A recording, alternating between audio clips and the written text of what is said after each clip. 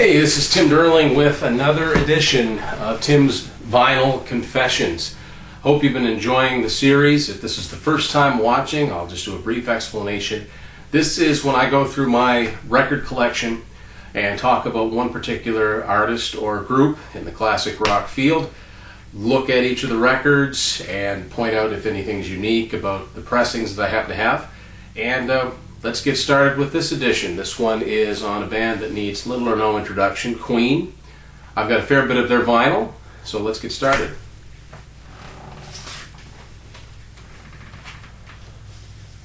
This is the first Queen album, self-titled, came out in 1973. The Queen logo right there, the early Queen logo is really neat. This is a drawing of what is obviously Freddie Mercury on stage with the sort of half microphone that he had a lot. Kind of a purple color here, a little bit different. That's the front cover. This is a Canadian edition. Here's the back cover. Song titles and a lot of different pictures of the group on and off stage. Some serious pictures, some not so serious pictures. If you're familiar with Queen, you may have seen their video for I'm Going Slightly Mad. Brian May is dressed in a penguin costume in that video. Here he is here. So even though that video was done in '91, obviously I got into Queen much later. I wasn't even born when this came out. But people who saw that video that were longtime Queen fans would understand what was being referenced there. Two interesting things about the band members' names as they're listed on this album. John Deacon is listed as Deacon John, and Roger Taylor is listed as Roger Meadows Taylor. Hyphenated name. We'll take a look, see what's inside the first Queen album. Of course, very small percentage of my vinyl collection was purchased new, so I don't know if there was a lyrics sheet that came with it or not. Here's the record itself. It's in really good shape. That's an old Elektra Records logo with a butterfly on it that was used at this time. And that's the back cover there. Now, after this, I'm going to talk about something that, if you look at the year on it, it says 2011. But chronologically, it makes sense to talk about it at this point. If I have picture sleeves of singles, I'm going to talk about those. So here is a reproduction of the very first Queen single from the first album, Keep Yourself Alive. And up here is the Queen 40th anniversary logo. They celebrated their 40th anniversary as a band in 1971, so in 2011 they reissued a lot of these. They reissued a lot of their vinyl, but they reissued some of their old singles as well, not just the full-length albums. Here's the back cover. Son and Daughter is the B-side, Keep Yourself Alive, the A-side. And down here it says sleeve design based on the original Portuguese 7-inch, July 1973. And we'll look at the vinyl itself. There it is, brown here with the Queen 40th logo here and the old logo on that side. This is kind of a neat little extra. I don't have any other picture sleeves for Queen singles. Next up, this is a very iconic photo of Queen, possibly the most iconic photo. Of course, that is Queen 2, as can be seen up here, but this pose was recreated in the opening of the Bohemian Rhapsody video. It's the back cover. This is the first appearance of the Queen crest, which was apparently Freddie Mercury designed it based on the band members' astrological signs. I would say side 1 and side 2 here, but it's not. This is kind of a concept album. Side white and side black. So you might ascertain from that that side white is softer material and the black side is harder, heavier, more dramatic material.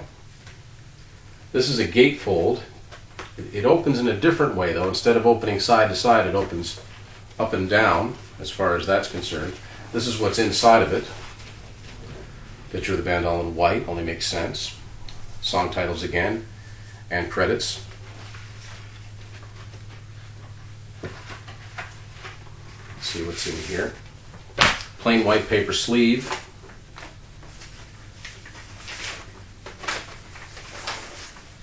This is a Canadian edition as well. Again, vinyl in very, very good shape. Same Elektra logo used on here. And a single lyric sheet came with this album. So there's the lyrics to the white side and the lyrics to the black side of Queen 2. Next up, the second album from Queen to come out in 1974, Sheer Heart Attack. No logo used on this, just this big red font, which I kind of like, where it's just... they almost use a logo something like this in the Hot Space days much later. We'll get to that album. This album, of course, shows a little bit of ring wear, which happens with old vinyl. It was stored in such a way that the record was pressing against the cardboard. This album cover was meant to make it look like the band members were stranded on an island or something like that, although Freddie Mercury still has a bunch of bracelets and he has a bunch of rings. His fingernails are painted black, but he's stranded on an island. Here's the back cover. Same picture. Song titles, album title, a few credits, and the Queen crest. This is a Canadian edition as well. This time around, instead of a white paper sleeve, this comes in a clear plastic sleeve. Same Elektra logo. This side must have gotten wet before it came into my possession. It's a little faded and it must have had a little bit of water damage, although the vinyl again looks like it's in great shape. Now here is a little fold out that came inside the album. Pictures of the band, black and white pictures. And on the back, the lyrics to the songs, band members, little tiny bit of credits. So that's Sheer Heart Attack. Queen's fourth album came out in 1975. Possibly my personal favorite. No doubt you've seen this before. A Night at the Opera.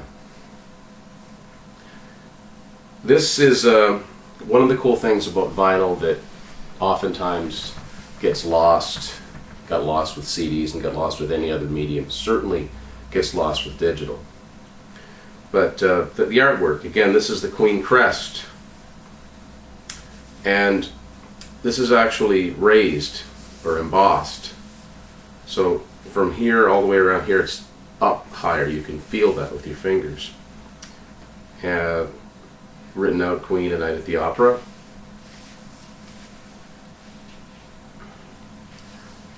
This was actually the first Queen album I heard all the way through, and it made me a fan instantly because by the first 4 or 5 songs I was hooked because every song was completely different than the one that came after. But we're not talking about the music so much with these segments, Final Confessions. We're talking about the artwork. This is very much written up like a playbill from a theatrical play you'd go to see. Up here in the corner there's like a girl with a mask on, and here there's someone with a knife going through the head like it's a tragedy. It's all handwritten here, all the song titles. Of course, this album famously brought the world Bohemian Rhapsody. You're My Best Friend comes off of this album too. This is a gatefold. All the lyrics are in here. Shots of the band members. And we will take a look at the vinyl itself. Okay, this is an American version. It's got a similar Elektra logo, although it's more green. If you go one album previous, you can see it's not quite as green until this point. I don't know if that's because the 3 previous albums that I have are Canadian editions and this is an American. I don't know if they've just started to change the logo a little bit. Not sure about that. So that's A Night at the Opera. Sort of a follow-up, in more ways than one. From A Night at the Opera, we go to A Day at the Races. Sort of a flip side. This is all in black. Very similar, although not completely identical, picture that was on A Night at the Opera. Same thing with the back cover. It's very stark. This is actually, this record here is in really, really good shape. I got these in various states of conditions, but this one is in good shape. Elektra logo. Song titles. The big hit off of this album was the song Somebody to Love. This is Gatefold again. Pictures of the group on stage. Lyrics. And this time this one has a sleeve, sort of a pinkish background. Pictures of the band and the logo again, A Day at the Races. Somewhere in here there's an opening for the record itself. And here we have another green Elektra Records logo. The next Queen album came out in 1977. It's one of my favorites. News of the World. A little ring wear from where the record has sat on here. That happens a lot. Pretty hard to avoid. This album artwork is very striking. I'll open the whole thing up for you. Hopefully you can see that. It gatefolds vertically. So we have a giant robot who has apparently killed the 4 members of Queen. This artwork was done by an artist named Frank Kelly Freeze, and his original artwork appeared in a science fiction magazine or book, and it wasn't the 4 members of Queen, it was just a man. And so they didn't use the Queen crest on this one either. This is a Canadian edition. This album is the first that contained We Will Rock You, We Are the Champions, which I know you've probably heard a million times. Here's the inner sleeve. Pretty scary. Let's take a look at the inner sleeve. The inner sleeve. All in red here. Both sides, lyrics and songs. Photo of the band. Same logo up to this point, the butterfly on it, although it's probably going to change quite soon. 1978, the next Queen album called Jazz. Now this is not a jazz album musically, they just called it jazz for whatever reason. A few things interesting here. The title, Jazz, is raised letters or embossed. Queen repeated on the top here, and on the bottom there are ladies on bicycles. Of course, this album contains the song Bicycle Race. It also contains the song Fat Bottom Girls. And now this is a sticker. When I bought this used, this would have been on the plastic. They took it off the plastic and stuck it on here, so I'm not going to try to remove it. Originally, this album contained a poster of the bicycle race. My copy does not have said poster. You probably know what I'm talking about. If you don't, well, you can research that. Here's the back cover. It's almost a complete reverse color-wise, and it's a flip of the Jazz logo. It does have the song titles written up the sides here. This is another Canadian edition. I like the inner sleeve of this, the gatefold of this a lot. I think this is one of the cooler things about vinyl too. Here are the band members in their studio. I wish I could just hang out here, you know, watch them make music. Guitars everywhere, drums, stuff. Credits are written here. And we'll take the inner sleeve out. Another shot of the band. Not a lot on this side, just the song titles and listing of the band members. And for the first time, not the standard Elektra logo. It's got a customized logo based around the album art. There's the bicyclists and the word jazz on both sides. This vinyl's in really good shape. And most rock bands released double live albums in the 70s. That's how Queen chose to close out the 1970s. 1979, they released this album, Live Killers. Cool shot of the band, assuming they're going to take a bow. Unfortunately, my copy has a pretty serious rig wear happening here. Back cover, the band on stage. the song titles written down there. This is a Canadian edition, and not only do I know this by the record company address, but I also know it that WEA Records, which is Warner Brothers, Elektra, Atlantic, also early Geffen releases, were all distributed by WEA Music of Canada, and at a certain point, those Canadian releases, they put a little maple leaf up in the corner. This is a gatefold sleeve. All kinds of cool pictures of the group on stage doing their thing. Take a look at each of the records. Green sleeves. There's a long essay about the making of the album. Some credits there. And okay, this one, this particular record, that's Freddie. In the back, Brian May. You can probably figure by now what the second record's going to have on it. This one is not green, but red. This is the second half of the write-up that started on the first album. More credits here. And the sleeve itself. It's John Deacon. And over here, Roger Taylor. That's Live Killers. Now, you go through vinyl collections if you're collecting and you hit pawn shops and yard sales and things like that.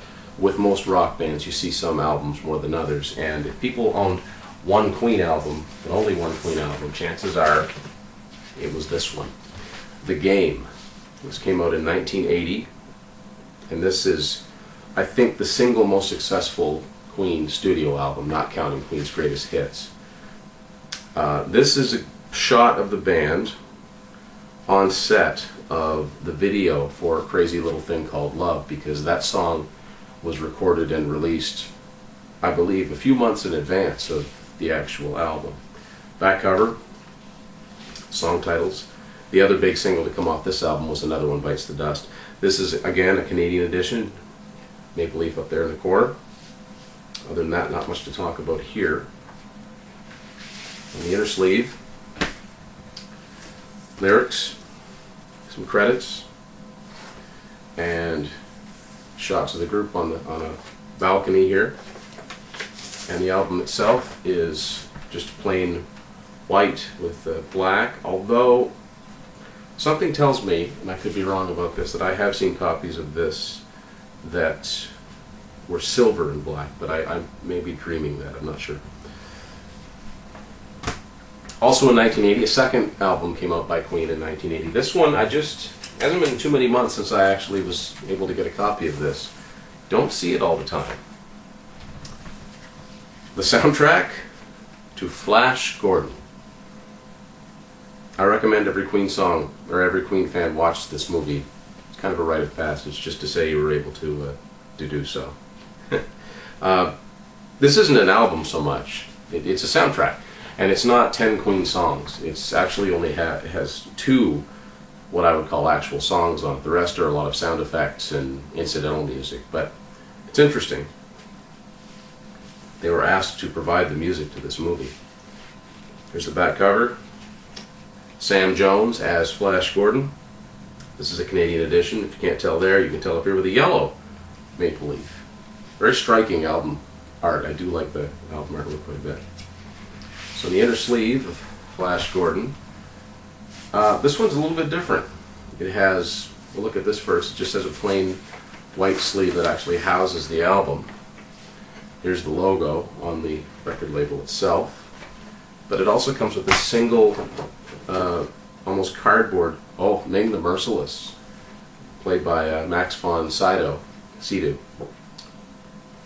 Here we have, this is actually the cast of the movie.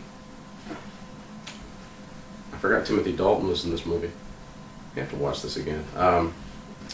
Here are the songs, and what we have here are the lyrics to the 2 actual songs on this album, which are Flash's theme, sometimes just called Flash, and the closing song, The Hero.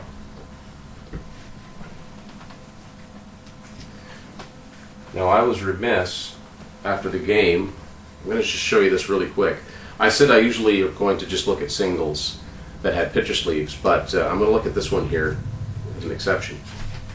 This is a Canadian single. All WEA Canadian singles came in one of these sleeves if they weren't picture sleeves. This is the single to Play the Game, but I'm showing you this because on the other side it's got a song that didn't appear on a Queen album called A Human Body. This was, they did a few B-sides like this. This actually didn't appear on a Queen album until Universal reissued the Queen catalog in 2011, the CD, as a bonus disc with some songs on it, including A Human Body. 1981. Now, like a lot of people my age, I really got into Queen seriously around 1992. Twofold reasons for this. Like a lot of people, I got reintroduced to Bohemian Rhapsody due to its use in Wayne's World, but also the Freddie Mercury Concert for Life drew attention to Queen's music because a lot of my favorite bands like Metallica, Def Leppard, Extreme appeared on there and expressed their longtime admiration for Queen's music. Hollywood Records reissued the Queen catalog on cassette and CD in 1991. They didn't reissue this, Queen's Greatest Hits, so it was hard to locate a copy of Queen's Greatest Hits with this cover and track listing. It's a long, complicated story, but this is the original Queen Greatest Hits, and that's a pretty iconic image of the band too. It's not as iconic as the Queen 2 pose, but it's pretty cool. I always like this font that they used here. It's very official looking. This is a Canadian edition, and that comes into play if you're a Queen collector from outside of North America, because Queen's Greatest Hits, depending on where you got it and depending on when you got it, the song listing could be very, very different. Most notably, the North American version of this contains Under Pressure, which didn't appear on all editions of Queen's Greatest Hits. In the UK, for instance, it didn't appear until '91 when it appeared on Greatest Hits 2. Now this is a Canadian edition. You can see the maple leaf up here, and some WEA records and cassettes contain this little sticker for some reason, which has a little Warner Brothers logo on it. This inner sleeve is interesting because it actually has a little write-up about each song, and it links them to the parent album it came from. In some cases there's two songs from the same album, sometimes just one. Same thing over here. Under Pressure has its own entry by itself because it appeared on the album Hot Space, but that came out after this came out. Down here in the bottom corner, this is interesting. This is, you have to remember, this is 1981. How many people were buying home videos in 1981? Greatest Flicks. Queen Greatest Flicks, a video cassette of Queen's films, which means videos, is now available from video outlets and major record stores. Probably cost about $80 too. Here's what the actual vinyl label looked like. Now, a couple of years ago on eBay, somebody was selling some spares of just the label. It must have worked for a pressing plant. It's one of those things where you buy it as a collector, but then you say, okay, I've got it, now what do I do with it? 1982, the last album that Queen recorded for Elektra Records, which was their North American record label, Japan, and a few other parts in the world. A lot of parts of the world they always recorded for EMI. So this is Hot Space. This came out in 1982, and there's not much to talk about with this because my copy has never been opened, and I don't plan on opening it anytime soon. It's got a price tag on here of $3.99, which I'm guessing wasn't original retail. It was probably marked down. As a matter of fact, if there's a little chip taken out of it too, which tells me that it was indeed marked down. Generally not most people's favorite Queen album, but we're not getting into the contents of it. Here we have the back cover, and this is another one of those little stickers with the Warner Brothers logo on it, but this one is blue. The Canadian ones are usually red. This is an American version of Hot Space. Now if you've got the CD, you've seen the pictures and the graphics that are inside of it, so That's no doubt what's in here. I don't know what the label looks like. You could look it up online, I'm sure, but again, I'm not about to open this up because I'm just not. Next up, The Works. I like this album a lot. This came out in 1984. This was the first album that Queen put out that was on Capitol Records in North America, which is Capitol's parent label. EMI was Queen's international label for most of their career. It was only in 2011 they switched to Universal. They'd been on Elektra Records in North America, Japan, and I believe Germany for up until this album, but this is the first one that was on EMI worldwide. Black and white photo of the band, silhouettes in the background there. Back cover, it's The Works. There's like wheels here. This something sticky must have been on this. A little bit of damage there. Photos of the band, song titles. This is a Canadian edition, actually a Canadian Columbia House edition.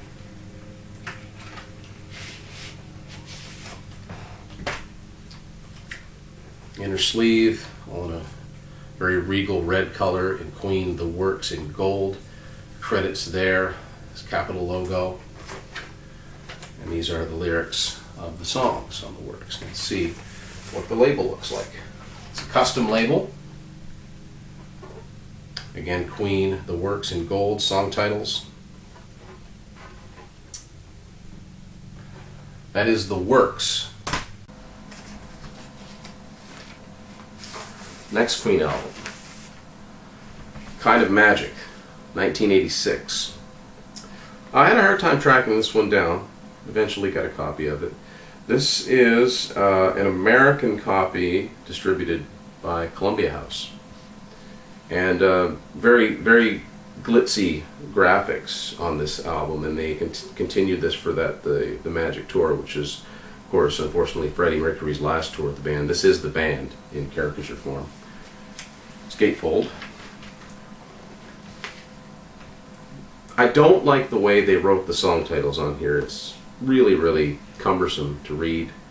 But it's basically like a magician's hat opening up, and there's a frog leaping out, and a microphone, and a horn, and it's very busy. There's a lot going on here.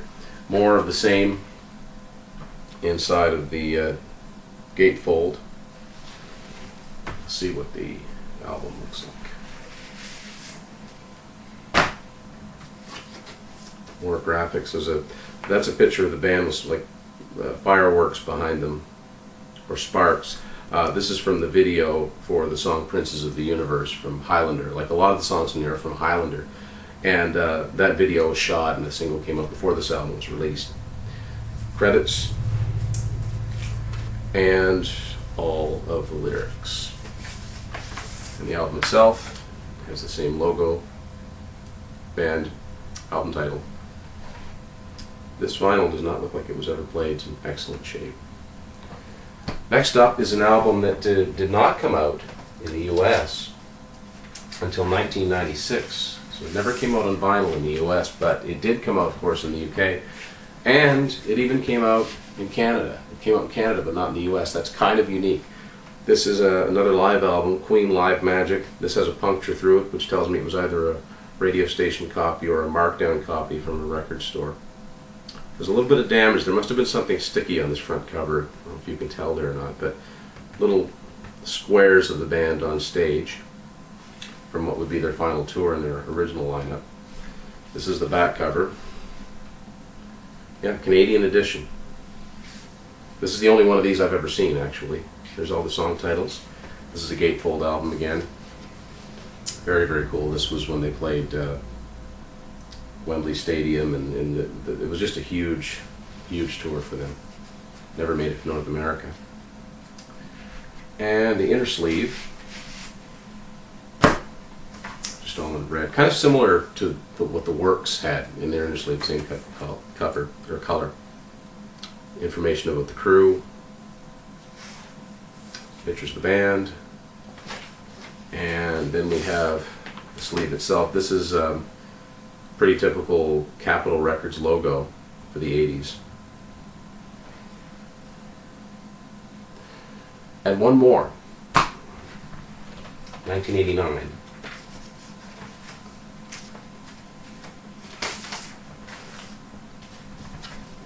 The Miracle. Interesting morphing of the band members into sort of one image there. And on the back, a lot of eyes.